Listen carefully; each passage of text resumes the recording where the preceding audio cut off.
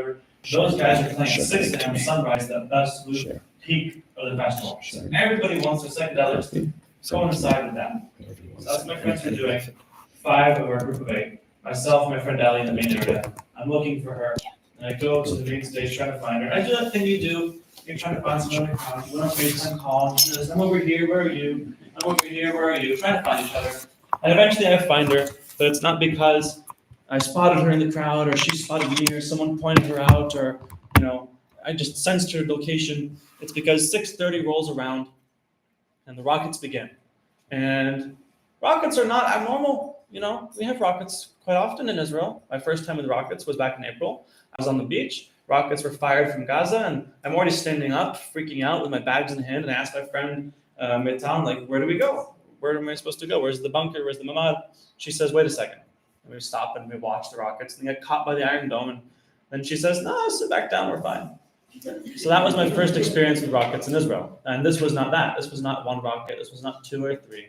This was hundreds and hundreds and hundreds and hundreds of rockets from both Gaza and the Iron Dome. So many rockets, it sounds like a kick drum in the sky. And there's no delay. In Tel Aviv, when you have rockets fired at you, you see them explode, and then 15 seconds later, roughly, you hear them explode. But they're so close, and there's so many, we're seeing and hearing it right away, and then feeling the air around our bodies shake. And it's incessant, and there's no bunker, there's no stairwell, there's no bathtub, there's no wall, there's nothing that could even look like cover for at least a mile. And this video I'm about to play for you is a video somebody else took, and you see the exact moment the rockets begin. And in the very first 2 frames of the video, you see the back of my head, and I'm holding my phone in front of me, looking for my friend Ellie as the person turns around.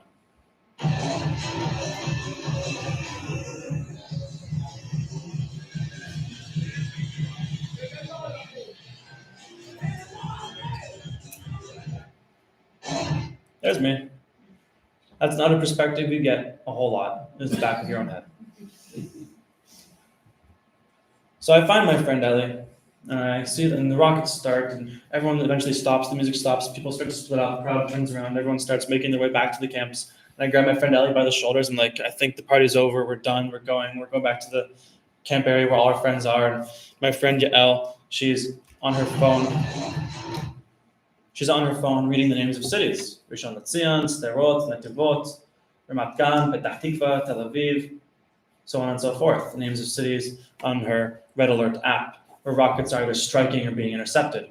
Dozens and dozens of cities all over the south and central portion of Israel.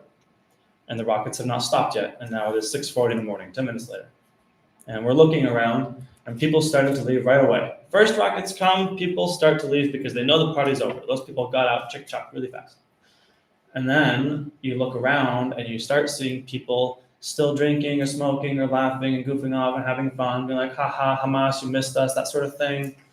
Because many people, especially if they live in the south, like Ashkelon or Ashdod or Re'im or Be'eri, so on and so forth, they're used to rockets. And they know that where we are, Hamas isn't shooting rockets, they're shooting way past us. The targets are in the center of the country. If anything, where we are is one of the safest places you can be, because we're not the target, and they would never think of shooting where we are because there's nothing worth shooting.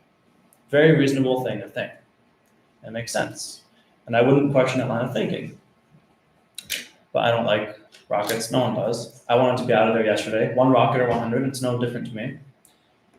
And so many people were thinking, oh, we'll leave right away and we'll get ahead of the traffic and we'll go home. Or some people were thinking, we'll wait for the rockets to end and maybe the party will continue.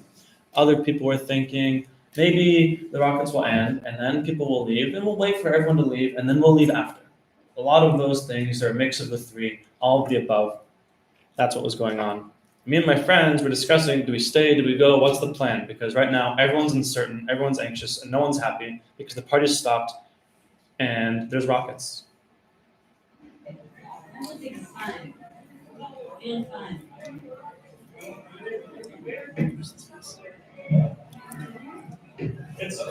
is mine?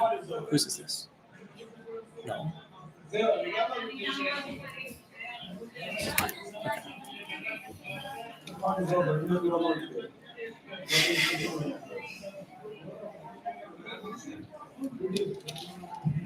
Are you saying stay because it's safer?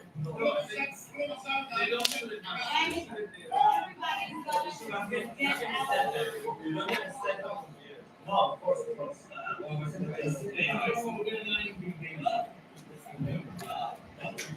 I'm saying like there's no reason because the festival's not continuing after this. So maybe we might as well just start packing up. Unfortunately. Oh, because everyone's rushing out. Yeah. I understand.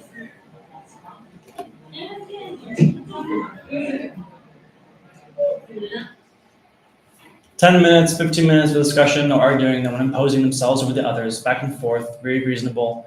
We come to the agreement, yes, we'll leave. I wanted to leave more than the others because I was not used to it and they were, and I don't know. But we decided we'll leave. Awesome. Now we have to pack up our stuff. We can't just leave it all. So I tell my friends, while you guys pack up our belongings, it's going to take 30 or 40 minutes, with or without me. One person won't make a difference. I'm going to walk around, help other people pack up their stuff, and take photos. Because now I'm thinking, I'm looking around, I'm seeing what I'm seeing, the chaos, the bubblegum, the rockets, garbage all over the floor, and I'm still seeing people smiling and laughing and joking and smoking and having fun, treating it very nonchalant. And I'm thinking, wow, this is crazy. There's rockets overhead. These people are still having a good time. I'm going to take their photos. And that's what I do for the next 45 or so minutes. This is my cousin Mordecai, before he lost his shirt. And next to him, Ran Schaefer. You see this is 6:50 in the morning. And the photo in the top left, him drinking the water bottle, that's full of MDMA. And Ran Schaefer was next to us the whole time. That's when we met him. He was at the festival alone. Very relaxed person, very warm personality, total hippie, 100%. He said he's been coming to these festivals since he was our age, I'm 27. He's been in these festivals in India and Sri Lanka and other countries in the East. And he lived in Kibbutz Be'eri with his ex-wife and his 3 daughters. And he decided to come to the festival by himself instead of joining them that weekend for Shabbat dinner at a relative's in Ashkelon or Ashdod, one of the two, I can't remember. So that's when we met him, why we met him, why he was there. And he was totally relaxed, like I said, in that hammock the whole time, except for when I asked him to stand up so I could take his portrait here in the bottom left. This is Ori and Aviad, and they were singing a song, eating breakfast. And I walk up to them and I introduce myself, same as usual, ask if they need a hand with anything, packing up their tent, eating their food, all of the above. And they say, no, we're fine. And I tell them, I'll come by again on my way back, and if they need anything, let me know. And I ask if I could take their photo, and I take their photo, and I say, see you around, have fun, get home safe, see you at the next one, and I keep going. And this is Odea and Itai. And Odea was part of the security there. She was not armed. She was just there to make sure we stayed safe amongst ourselves. No one drank too much or hurt each other or did something stupid. And she was helping Itai close his canopy. He has like those big 4-legged ones. And they were struggling. So I gave them a hand and then said, hey, do you mind if I get your photo? No problem. I snapped their photo. Said, see you around, have fun, get home safe. And I continue my way. And I do this for another 35, 40 minutes. Come back to my friends. And I'm on my way back to my friends, and I hear off in the distance on 2 different instances, I hear the sound of machine gun fire. And, we live in Canada. We don't have Kalashnikovs and being fired at gun ranges or anything like that. We have shotguns and rifles and maybe something in between. But I've never heard a machine gun fire in my life outside of Call of Duty and movies. But I heard the sound way off in the distance, really far away, really faint. I almost didn't hear it, but it was really quiet. But I did hear it for about 3 or so seconds. And it was very fast, and I heard it twice, and when I heard it, it made me start sweating, and I was even more anxious than I was, and I started shaking, my heart was racing, and I came back to my friends. I didn't rush, I wasn't certain what I heard, but I was assuming. And I tell my friends, I think I heard gunfire. There's no real certainty amongst anyone. Everyone's thinking something different than the other, because we're all sleep deprived, we're all tired and hungry, and we're all scared and nervous and anxious and high, and no one knows really what's going on. And thank God, because I want to go more than ever, and we're ready to go. Our stuff's packed up, so we say goodbye to Ren Schaefer and whoever else is around us. We make our way to the parking lot and start loading our belongings in the car, and that's where we meet Moti. And he was going around just being an overall good Samaritan, helping people out. Hey, do you need water? Do you need food? Do you need a ride? Are you scared? Are you hurt? Do you know where you're going? Where your friends? So on and so forth. Just being a good person overall. And he does that, comes up to us.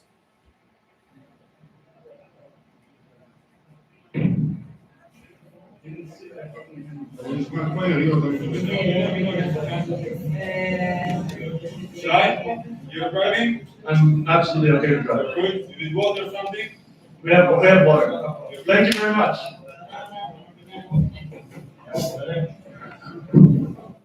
The guy who was doing this, his name is Ishai, and he was at the festival with his brother Eitan. And we're loading our stuff up in the car. It takes us about 30, 40 minutes. We're taking our time. We're not rushing. We're going quickly, but we're not rushing. And it's around 7:50, 7:55, between 7 and 8. And before we can actually get in the car ourselves and drive, that's when Hamas shows up. And we don't see them because we were in the parking lot, far away from where they entered the festival, but we heard them. We heard all the gunfire, we heard all the screaming and all the chaos that ensued. And you could feel something was wrong. You don't have to see someone dying to know something bad is going down. And so we all climb in the car. I'm in the driver's seat, my cousin in the passenger seat, girls in the back, and our other 3 friends, Barak, Doraz, and Almog, somewhere else in the parking lot. I don't know, because right now my focus is turned solely to myself and the 5 of us in this car right now. And remember the car you saw in the beginning, the tiny little 4-door sedan. And I'm driving down the parking lot, speeding and swerving, honking my horn, hitting my brakes, trying not to hit anybody as people run across the dirt path, making my way out, 60 kilometers an hour. And I make my way to the very exit, and I see all these cars, everyone trying to leave. If you've ever left a sporting event or a Leafs game or a concert, you know what it's like, even harder when you're being shot at. I see all these cars, front, back, left, right, everyone trying to get out at the same time, and it's absolute chaos. And I see all these cars, and I say to my cousin Mordecai, I'm not waiting for these people. I don't know them. I don't care for them. They're not my business, not my responsibility. I can only focus and think about the 5 of us in this car right now. Because in my head, I'm thinking, if we don't make a decision, we're going to die. It's decide now, do or die. Don't think, just do. And so, my cousin Mordecai says to me, Shai, you have to care about them. They're your brothers and your sisters. And I don't respond. Say to him, I just think to myself, you do anything for your brothers and your sisters if you're dead. So I just drive off the road and I pass every single car in front of us. I drive around them. Whoever's in front of me and either stopped or not moving fast enough, I drive around them left or right. I don't care. And I push my way to the very front. And there's 2 cars ahead of us. Everyone in front of us, people in the car honking the horn, freaking out like you do in traffic when the guy won't move ahead of you, inching your car forwards. And I look through their windshield into the car ahead of them, a white Tesla, and I see 2 things. Headlights, taillights, not on. No one's in the car. And I see this. I'm looking around and I'm seeing some other cars, same situation, empty, not on. And I tell this to my cousin Mordecai, these guys are so freaked out, they're so high, they're so panicked, they're so tired. They're not realizing the car in front of them is empty, they're waiting for nothing, and we're stuck right now. We're bumper to bumper. We can't do anything until they leave. Please, Mordecai, get out of the car. Tell them what's up. Tell them they can drive around and leave because we're stuck otherwise. Because I don't speak Hebrew. My cousin does. All my friends do. They're all Israeli. I don't speak Hebrew. So he gets out of the car, knocks on their window, tells them what's up, and they drive off and they go who knows where. Now we can leave. Now it's our turn. We make our way to the road 232 the way we came. We look left the way we came from Tel Aviv that night towards Be'eri, towards Kfar Aza, and we see police in the middle of the road and security saying, no, don't go here. I don't realize they're saying, no, don't go here because Hamas is further up the road, burning people alive in their homes in Kibbutz Be'eri and Kfar Aza, raping them in the streets and brutalizing them in the streets, blowing them up. I just see police saying, don't go here, so I don't. To the right, further down the road, parallel to Gaza, south, I see traffic building up slowly. I don't realize the cause of the traffic is Hamas in the road, moving up, car at a time, shooting people in their cars, blowing them up. It's not something I can conceive. It's not a possibility I can even think of. I just see traffic and police saying, no, don't go here. Traffic unappealing, so I don't. The only other option for me is to drive straight ahead into an empty field, thinking to myself, maybe we'll find a road or a farmhouse. Worst case scenario, we'll hide in the woods. So that's what we do. We drive into the field, maybe 25 or 30 meters. We're driving. My cousin's girlfriend in the back seat screams bloody murder, Shai, Mordecai, everybody get out of the car right now because we're being shot at. And when I say that, I don't mean there's someone shooting our car specifically, but everybody, us, people next to us, in front of us, behind us, in the car, out of the car, it doesn't matter. We're all being shot at. When you're being shot at, whether it's right next to you or 20 feet to your right, you can hear it. And so that's what we do. We all run out of the car, split up. My friend Ellie and myself in the front, running as fast as we can. And I say to her, don't run too fast or you might trip. I don't know why I said that. And then eventually we get down low to the ground and we're cowering. We're trying to avoid being shot. And I'm holding on to her so tight I think I might hurt her. My back to the festival ground. We're looking around. I see behind us Tamara and Yael doing the same thing. And I look for my cousin Mordecai and I see my cousin Mordecai. I see the back of his head as he's running back to the car. Gets in the driver's seat, comes back to us, picks us up. And now he's driving. I'm in the passenger seat. And there's nothing else for me to do except get my phone out, get my camera out, start taking photos, start taking videos, and help navigate. And you see here, this is where the festival was, and we drove. This is 232. Up here is towards Beirut. Down here is parallel to Gaza. And these are the fields we drove through. And this is Or and his friend. Many people passing by one another, exchanging confused or horrified looks. And this is where all the cars were trying to get out. And this is the field directly across from it. So all these cars that were waiting to get out, I drove past everybody. And right here, there was police. And you can see the field's all black because of Hamas with their explosives and setting it on fire. And so we're driving in this field, looking for a way out, no one really sure where to go. Absolute chaos, so much dust in the air you can't see, so hot in the car you can't breathe. Opening the window to try and get fresh air, you still can't breathe because now it fills with dust. And there's people so panicked, they're standing on the roofs of their cars looking for a way out. There's people abandoning their cars and running into the woods. There's people abandoning their cars and climbing down the cliff. There's a pickup truck, so many people inside of it, they're hanging off the back, hanging off the sides as it flies across the field. Rockets overhead still. And no one has really any certainty of what's going on. We're just driving. So what's that? I'm watching those people over there.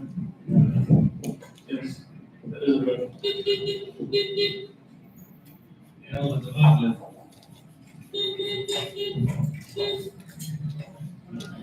I suppose. No, I'm just not sounds.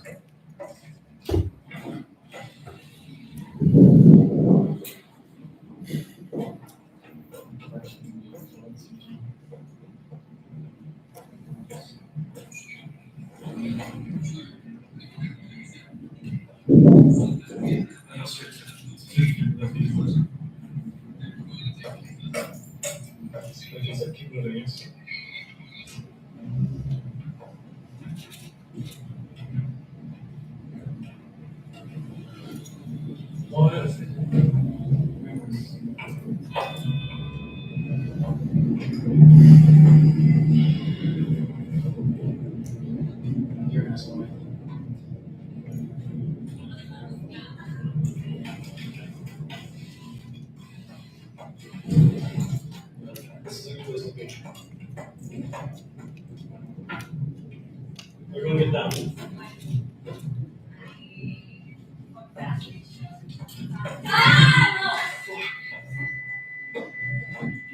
We're good. Everybody slide down in your seats. Tomorrow, slide back down.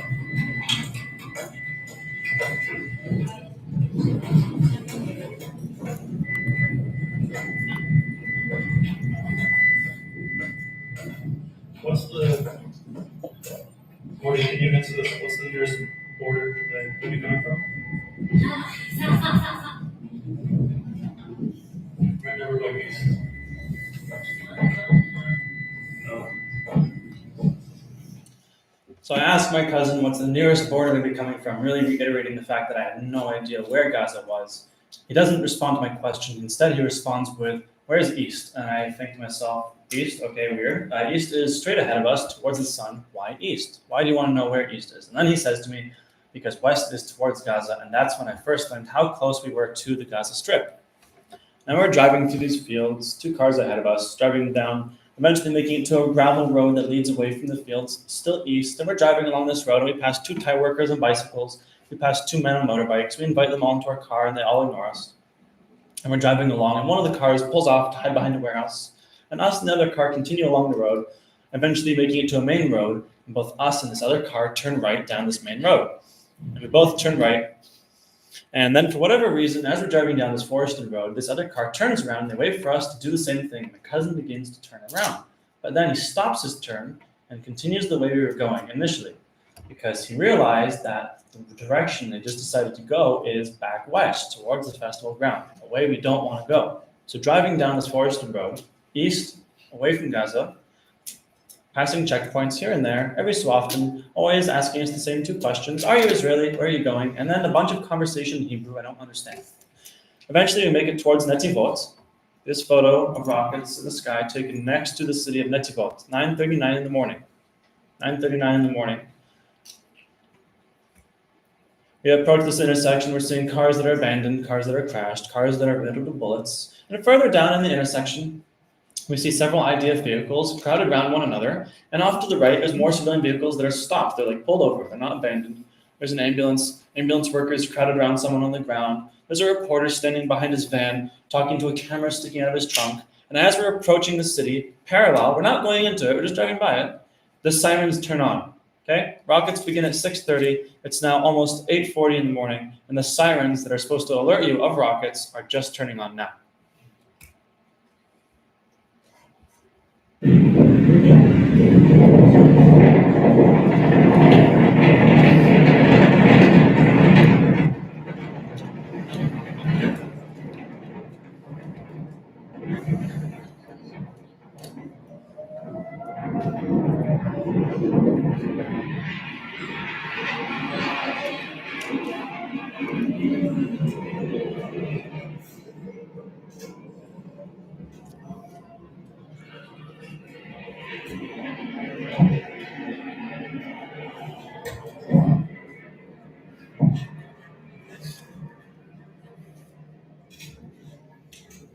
Hold the meeting.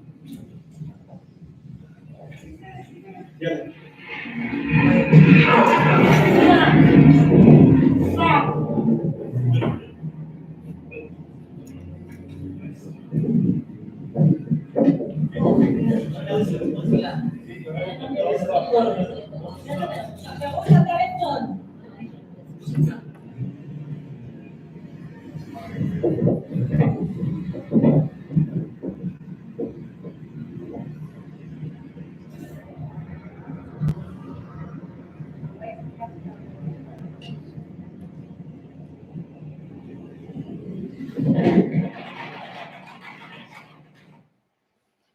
So we're driving along down the road, doing everything we can to go north towards Tel Aviv, while simultaneously staying as far east away from Gaza as possible.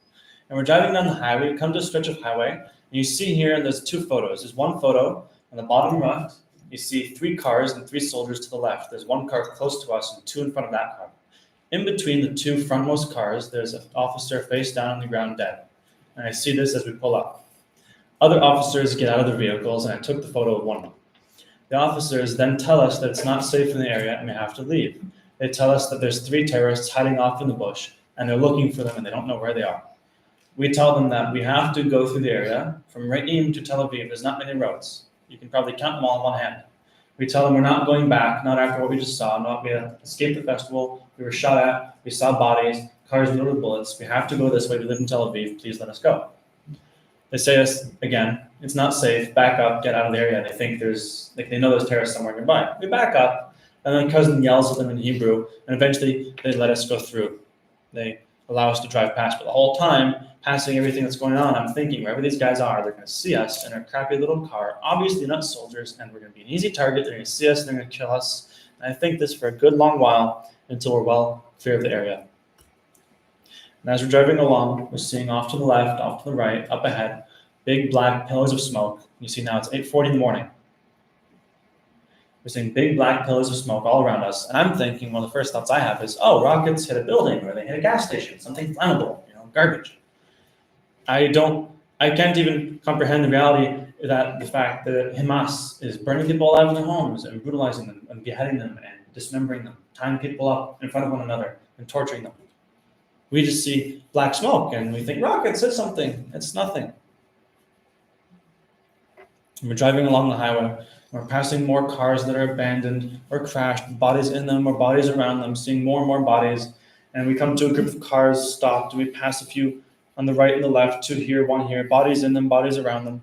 And we're driving along. We see a silver car on the shoulder of the road. And there's 2 figures next to the car. The doors are open. And we're driving along. And one of them's wearing blue jeans, the other with cargo pants, black t-shirts, black balaclavas over their faces, holding machine guns. One of the men, his back is to us, and his attention is towards the car next to us. And the doors are open, and as we come parallel to their vehicle, we see inside the car next to them a man and a woman in the front seat, driver's seat, passenger seat, shot dead, blood all over the ground, glass on the ground, bag on the ground. The one man, his hand, from the hand up to the middle of his arm, is red with blood. And the other man, he's looking at us, looks straight at us, and raises his gun towards us, and for whatever reason, doesn't shoot. Even though my cousin slowed down and he could have easily killed us, and had his gun aimed at us, Dead bodies all around them, in front of them, behind them, next to them.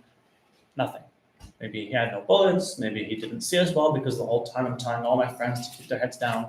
Maybe we were going too fast. Maybe the gun was jammed. Maybe he knew there was IDF nearby. I don't really know, a million reasons. And this is the video, so if that's not something you'd like to see, I'll allow you to leave.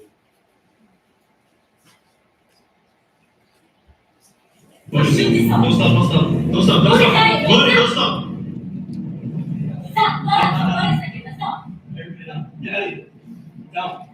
Head between your legs. Fast, fast, fast, fast, fast. Foot, don't stop. Foot, stop. Don't stop, don't stop, don't stop. Sorry.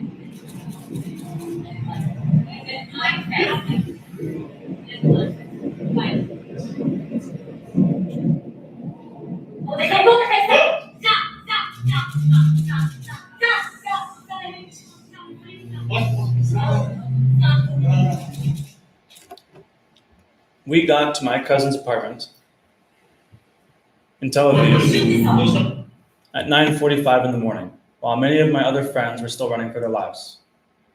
9:45 in the morning, we get back to my cousin's apartment, the five of us, and our other friends are there waiting for us, and all of our friends and our families come over to be with us and take care of us and make sure we're okay, because they all knew where we were. These are texts from myself to my brother. I'll read them to you. This middle one here is sent right after we had been passing those men, maybe 5 minutes after. I texted him, I love you, and I'm okay right now. Not sure what's going to happen next. The two boxes here on the right are after we're home safe. I text him, safe now. My friends are missing. New friends I just made dead. Corpses everywhere. 8 of us went. 4 came back. It should actually say 5 came back. 1 friend we learned is okay. 3 others unknown. I know people who were killed. I saw people with holes in their faces. For now, it's not over. This is what I'm texting my little brother here in Canada with a 7-hour time difference around 2 a.m. this time. We get back to my cousin's apartment. Like I said, everyone's doing horrible. Everyone's crying. Everyone's either screaming or crying. My cousin thinks his friends Barak, Elmog, and Doras are dead because we have not heard from them yet. It's now almost 5 a.m. Sunday, and finally we hear from them after the whole day comes and goes. We find out Barak, Doras, and Elmog survived. They hid in a bush for 6.5 hours before they were rescued by the Golani Brigade. And now that I know all of my friends, all 8 of us who went to the music festival are alive and are okay, my next concern is that everybody I just made friends with and took photos of is dead. I was afraid that I had 3 rolls of film and photos of people who will never speak to me or anyone they care about again. So right away, I get my photos scanned and developed. Even though the store is closed, I made it happen. Got it uploaded to Facebook, and right away, all over the month of October, November, December, I'm learning whether or not people are alive or dead and what happened to them. Dor and his girlfriend Lali, they survived. As they were fleeing the festival in Dor's Jeep, Dor, his girlfriend Lali, his friend Gilad, who he was working with, fleeing out, picked up 2 other friends, Alex and Ohad, fled through the back roads, through the fields, towards Kibbutz Be'eri, towards Alumim. And as they're driving away, as they're running away, their friend, they stopped so they could take a leak, and Alex could call his wife. And as they stopped, some Hamas motorbikes approached them, and they were forced to flee, leaving Alex and Ohad behind. As they're fleeing down the road, they're shot at by these motorbikes. Their friend Gilad being hit in the back of the head, but only suffering a flesh wound, screaming that he was hit. Dor is then forced to flee towards Kibbutz Be'eri, turning around away from Alumim. As he's fleeing away, he knocks these 2 men off their motorbikes, gets to Kibbutz Be'eri, forced out of their Jeep into the kibbutz. They have to hide in a public washroom for over 6 hours before they're rescued. But even so, Dor, Gilad, and Lali survived. Unfortunately, their friend Alex was kidnapped into Gaza, and their friend Ohad also survived. Dor Avitan, unfortunately, he was murdered. He was executed by Hamas, hiding under his vehicle, along with his friend Dor Malka in the parking lot. Jessica Idov, she also survived. She and my friends Jonathan and Arbel were also rescued by someone I made friends with in Cyprus at a Nova retreat. His name is Eliezer, and he saved them and over 15 other people in his van and brought them to safety in Netivot, where she told me she witnessed the arrest of 6 Hamas terrorists who looked like they were my age. I'm here in front of you, 27 years old. Many of you are around my age, talking to you about how myself and my friends, also the same age, were attacked by men with Kalashnikovs who were, again, our age. Jesse and Itamar survived. Jesse, I don't know what happened to her, but I know she's alive and well. I've seen her lots. Itamar was with a group of several people running through the fields, running through the meadows, when a Hamasnik approached them from ahead, took a knee, and fired an RPG at their group, hitting 5 people ahead of Itamar and throwing him onto his back. But even so, he managed to escape and survive. Shani and Arik arrived and fled the festival together in their vehicle down the main road. When 3 vans approached them, Hamas gunmen stepped out of the vans and fired on their vehicle as they were speeding towards them. They ducked down in their vehicle and kept driving towards them, speeding by and escaping. Around November, December, there was a video published from a kibbutz. I don't remember which one, but it was security camera footage. You see people being chased by Hamas and running away, some people being executed in the middle of the road, and you see in the background of this video, there's a white car and somebody getting out, running for their lives, tripping, falling over, getting back up, and continuing to run, and that is Noah, and she also survived. These are my friends, Barak, Doraz, and Almog, and this is the bush they hid in for 6.5 hours while Hamas hunted people around them. Almog laying so still for so long, she suffered nerve damage in her leg, and Doraz fainting from exhaustion. Itamar Shapira, he also survived, but unfortunately not before he was shot twice and witnessed the murder of all of his friends. My friend Yael, obviously she survived. She was with me in the car. Ren Schaefer, unfortunately, he was also murdered. He was executed by Hamas, hiding in the bar area, along with dozens of other people. But his wife and his ex-wife and his 3 daughters survived as they were in a different city when everything happened. Ori and Aviad saved 5 people in their car as they fled to safety. Odeya, she survived as well. She was hiding in several different vehicles on the main road as Hamas moved past them, eventually fleeing the area on foot and escaping. Itai fled the area with a group of over 100 other people through the fields east towards the sun for several hours before he was rescued. Moti and a large group of over 20 people fled on foot to the site of Midburn, another festival taking place in the area not too far away. It was supposed to happen in the following weeks. And so because of that, people who organized it were there setting it up. So when Moti and this large group of people ran in this direction, they saw them causing a commotion, went over, picked them up, and brought them to safety. Moti actually came to the festival on a bus you see in the back here, and his bus was driven by a Palestinian worker from Gaza, working in Israel as a bus driver. And after October 7th, there was a video released. Hamas had captured this man, and in Arabic, he spoke to them, told them he's Muslim, told him he's Palestinian, told him he's from Gaza, and even so, they still murdered him. I even found Or and his friend, and they're very alive and well.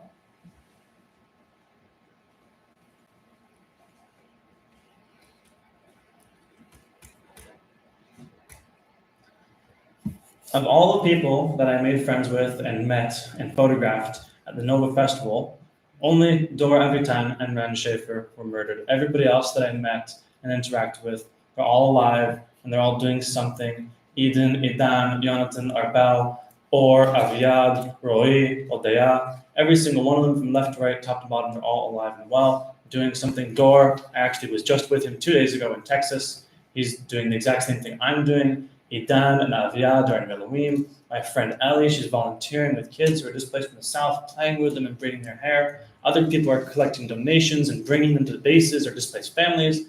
Many people are just doing their best, taking care of their friends and their family and just trying to survive. And that's okay too. And we have immense amounts of support. We have support from all of you here in North America that many people don't often hear about, but it's very much there. We have lots of support from each other and private organizations like Safe Heart, who's responsible for us receiving mental health care. I get almost a year of therapy and it doesn't cost me anything. It's amazing. Everybody is doing something and everyone is doing their best.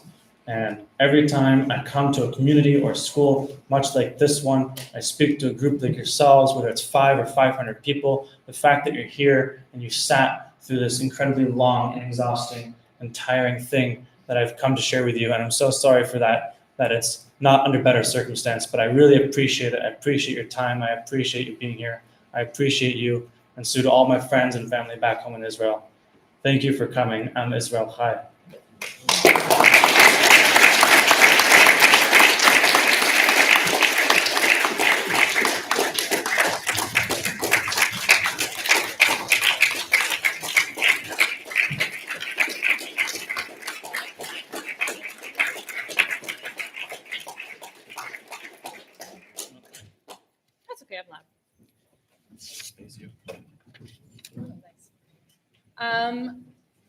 Thank you, Shai.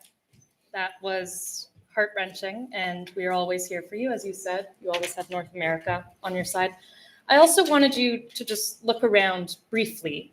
The amount of people sitting here right now is still not the full amount of people being held hostage right now, in tunnels, underground, and they have not seen sunlight in 6 months.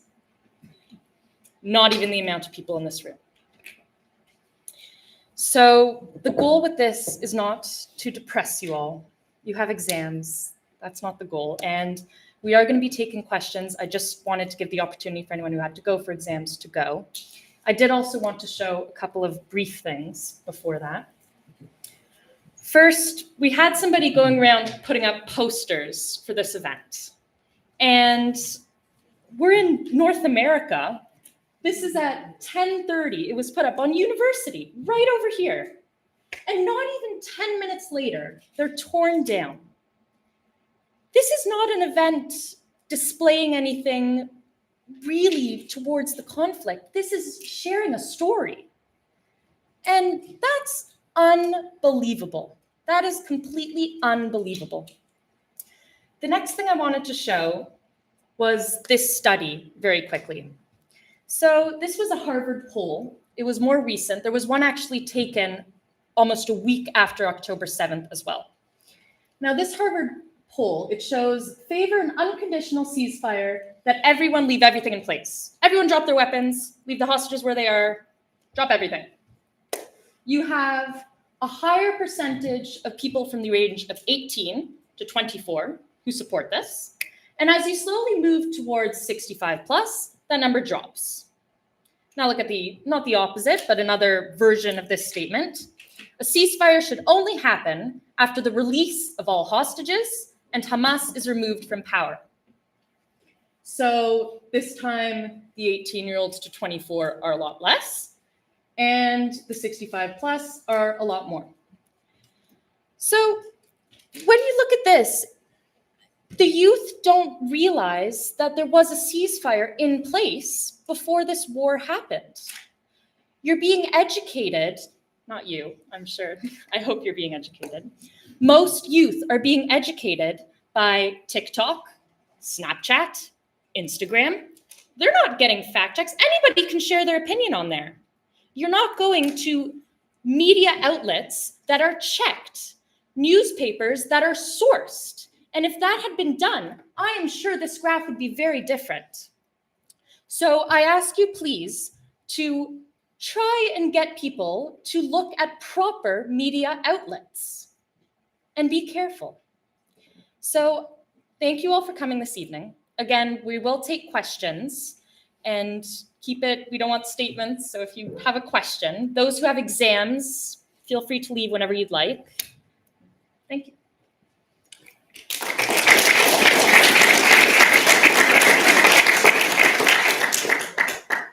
Any questions, okay? Yeah. So what prompted you that guns are firing missiles to just pick up a camera? Well, I already had it with me. The reason I was taking photos already, like the whole night. The reason just changed. It changed from I want to take photos of something that I'm going to enjoy and remember and do for the first time, to I need to take photos and videos because just in case I die, at least somebody will see. You know, I didn't take photos and videos when I was running for my life on foot, but the moment I was no longer the driver and I was in the passenger seat, free to move around and look and do stuff, I picked up my camera, picked up my phone. You can see in the videos I'm in the window with one in each hand. I just went back to it because, you know, I can't do anything if I'm shot at anyway. Not faster than a bullet. So might as well. Any other questions? Yes. How does the festival change your perspective on photography and life? Wow. It's interesting because like the reason I went there to take photos is because like two of them. One, I wanted to take photos of this thing I'm doing for the first time and will enjoy. And two, I wanted to have photos of a festival that I could show as a portfolio so I wouldn't have to pay for festivals going forwards. Instead, I'm now, I guess, essentially doing a sort of form of photojournalism. But for me, I've always been inspired by photojournalists, and so when I do my photography, I like to capture reality as close to as what I see it, or like how I'm perceiving it at the time. So I try and keep things very true. My perspective on it all hasn't really changed too much in that aspect. Yes. Like, was it a film camera? Yeah, it was a Konica Autoreflex from 1964. Amazing. How many film rollers did you have? 3. You had 3. Yeah. Amazing. It cost more than the camera. I saw there was a question up here. I remember some people, like, they took a day, maybe 2 days before they heard from people that were at the festival. Or what 2 days is what happens in those 2 days. A day. That's You- a long time. You hold your breath. Where are you? Me and my cousin and our friends, we didn't leave his apartment for at least a week. No, what I'm asking is, the people who, like, their families that haven't heard from people I went to. Right. In a day, 24 hours. Right. Like our friends, Barak and Magandoras. Hiding for 24 hours, not knowing when to get out. Yeah. And then you realize us calling and texting them nonstop almost got them killed, you know? Because they're there trying to be quiet and hide from terrorists and murderers and rapists, and we're setting their phone off every 10 seconds. When we were driving and people were calling us, we were losing our shit. And I can't imagine what it was like for them in that situation. And the way back, Are you planning on still living in Israel and maintaining that? I have a ticket purchased to go back in May. I'm going to go back on the 10th of May so I can be there for Independence Day and all the parties. I fully intend on going back, but it's very funny. I've lived in the country for almost the same amount of time as I've been away. I've been away for almost 6 months, and I've lived there for 6 months. But I definitely plan on going back, for sure. Any other questions? In the purple? I mean, after seeing it firsthand, how do you necessarily respond to people? Like, I guess, like, for me, I didn't see it firsthand, but it's tough to respond to people claiming otherwise. So I guess, like, any advice on that, especially the fact that you experienced. So how do I respond to people who deny it? First of all, it's very funny that people deny it. You know, people deny a lot of things. The earth is flat, birds aren't real, the Nazis are secretly on the moon. But just because you believe something and you're really passionate about something doesn't make it real. Plus, I have film negatives. I don't know how to fake that. I can't even develop my own film, let alone make photo, whatever. So when someone says that it's fake, and I have a lot of messages saying it's fake and that I'm a crisis actor, and even though it cost me almost 400 shekels to be there, it's something I don't entertain. I don't waste my time with these people. You know, these are likely also the same people who say in the same breath, my vote doesn't actually matter, so I don't vote. I don't really care what they say. Their opinion is like a fart in the wind. Any other questions? Yeah. What's your preparation like for just doing these talks, or like what's kind of going through your mind? So today, this is my first time in Waterloo ever. I've now been to 163 different cities since November.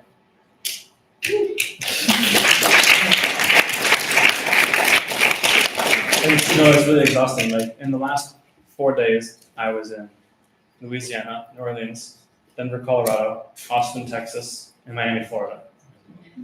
And each time it's wake up, pack your bag, brush your teeth, go to the airport, land, eat, check into the hotel, shower, change, go to your event, pack up, sleep, do it again. Like, I just got here in Canada last night. I had a 5 a.m. flight, and I have another 5 a.m. flight tonight to go to New York tomorrow. And then from New York, another 5 a.m. flight to come back here to Canada, just to go back to New York one more time on the 15th. It's very exhausting, but my prep includes making sure I have everything I own and eating well and hoping nothing breaks. That's about it. You know, I went right into this October 9th, interviews every single day for the whole month of October. And then when I stopped getting interviews, I'm like, what else can I do next? And then I did my first delegation December 5th, November 5th to the end of December 20th. And then in February 23rd, recently, until now, end of May, middle of May. So, yes. Can you tell us more about, I'm trying to went on the Quant browser to learn more about Face October 7. It's a Jewish charity run by volunteers, and they're asking for volunteers in the diaspora to help a good organization. Is that how that No, came in? no. We organize this just through cooperation with each other. I'm not working with any organization at this moment. I'm just doing everything with myself and individuals I meet along the way. I saw another somewhere. Hand up? No? One more question? I was wondering, what's your drive after such an event? How do you continue to go on day-to-day life, and what do you see the future as, especially not just yourself, also your friends? Well, I figured I don't have an apartment anymore, so I don't have to worry about rent. I don't have a job in Tel Aviv tying me down right now. I can do photography from anywhere. Not that I do. It's something that I can do, you know. All my friends are alive. I have all my limbs. I wasn't shot. I didn't watch anybody get brutalized. I only speak English, but I speak it damn well. It's something that I have the energy to do, so I'm going to do it. And I'll stop doing it when either something inside me breaks or people tell me they're sick of hearing me tell. Thank you guys for coming. I'll be around if anyone wants to talk after.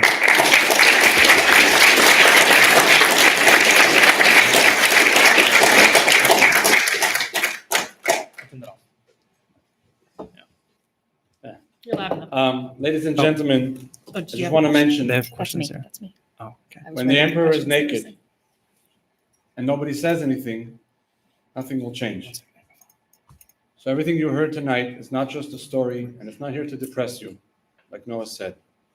We hope that it gives you a little courage, because from my perspective, what the West needs, what this campus needs, what this country needs, is a little bit of damn courage to say the emperor is naked when the emperor is naked.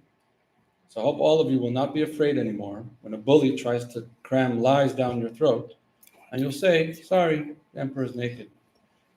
On that note, or completely unrelated, there are bags of handmade shmura matzah for anyone here who has not yet received.